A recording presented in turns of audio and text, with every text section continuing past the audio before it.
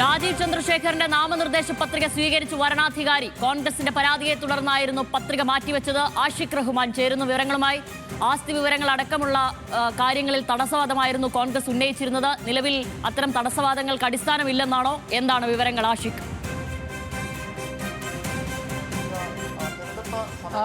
ഷാമിലി, ഏറ്റവും പ്രധാനപ്പെട്ട കാര്യം ഈ പത്രിക സ്വീകരിച്ചു എന്നുള്ളതാണ്. അതിന് ഈ ബംഗളൂരുവിലെ ഏകദേശം ഒരു ഏക്കറിൽ വില വരുന്ന 200ഓളം കോടി രൂപയിലുള്ള ഈ വീട് അത് ഈ ആസ്തി വിവരത്തിൽ ഉൾപ്പെടുത്തിയില്ല എന്നുള്ളതാണ് പ്രധാനപ്പെട്ട ആരോപണം ഉന്നയിച്ചത്. അത് 2024 ലോക്സഭാ തെരഞ്ഞെടുപ്പിൽ അദ്ദേഹത്തിന്റെ പത്രികയിൽ ഉൾപ്പെടുത്തി. എന്നാൽ ഈ നിയമസഭാ തെരഞ്ഞെടുപ്പിലേക്ക് വരുമ്പോൾ അത് ഉൾപ്പെടുത്തിയില്ല എന്നുള്ളതാണ് പ്രധാനമായ ഒരു ആരോപണം കോൺഗ്രസ് ഉന്നയിച്ചത്. ഇത് ഭരണാധികാരിക്ക് മുമ്പിൽ കോൺഗ്രസും അതുപോലെ CPM-ഉം ഈ വാദം ഉന്നയിച്ചു എന്നുള്ളതാണ്. പക്ഷേ നിലവിൽ ആ കാര്യം ഭരണാധികാരി പരിഗണിച്ചിട്ടില്ല. കാരണം ഇത് ഒരുപക്ഷെ നിയമപരമായ കേസിലേക്ക് പോകേണ്ടതാണ്. കാരണം ഇത് ഇത്തരത്തിൽ സ്വത്ത് തർക്കവുമായി ബന്ധപ്പെട്ട് നോക്കുമ്പോൾ അത് ഈ പത്രികയുമായി ബന്ധപ്പെട്ട് പത്രിക സ്വീകരിക്കുന്നതിന് തടസ്സമല്ല.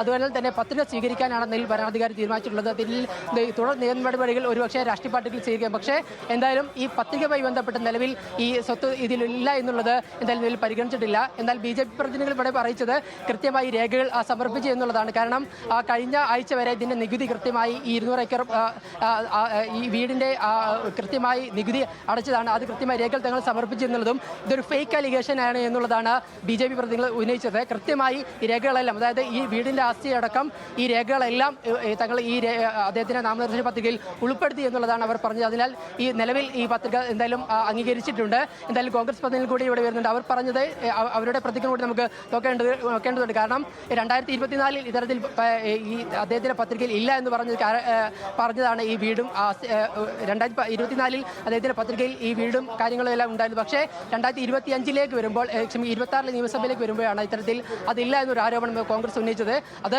നേരത്തെ തന്നെ ഒരാഴ്ച മുമ്പ് അദ്ദേഹം നികുതി അടച്ചിരുന്നു. പക്ഷേ അതിന് പിന്നാലെ ഇത്തരത്തിൽ സർവേ നമ്പർ അടക്കമുള്ള ഈ ഭൂമി ഉൾപ്പെട്ടിട്ടില്ല എന്നുള്ളതാണ് പ്രധാനമായും കോൺഗ്രസ് ഉന്നയിച്ചത്. CPM-ഉം ഈ വാദം ഇന്ന് ഈ ലേബർ കമ്മീഷണർക്ക് മുമ്പായി ഉന്നയിച്ചു. പക്ഷേ അത് നിലവിൽ എന്തായാലും ഭരണാധികാരി അംഗീകരിച്ചിട്ടില്ല. കൃത്യമായി രേഖകൾ അദ്ദേഹം ഹാജരാക്കി എന്നുള്ളതാണ് BJP പ്രതിനിധികൾ നമ്മളോട് പറഞ്ഞത്. ഇനി കോൺഗ്രസിന്റെ പ്രതിനിധി കൂടി പുറത്തേക്ക് വരണം. അവരുകൂടി വന്നു കഴിഞ്ഞാലാണ് എന്താണ് യഥാർത്ഥത്തിൽ ഭരണാധികാരി സ്വീകരിച്ച നടപടി എന്ന് നമുക്ക് വ്യക്തമാക്കില്ല. എന്തായാലും പത്രിക സ്വീകരിച്ചു എന്നുള്ളതാണ് ഏറ്റവും പ്രധാനപ്പെട്ട കാര്യം. രാജീവ് ചന്ദ്രശേഖരൻ എന്തായാലും ഈ അനിശ്ചിതത്വം മാറി നിയമമണ്ഡലത്തിൽ മത്സരിക്കാനാകും. ഷാമിലി.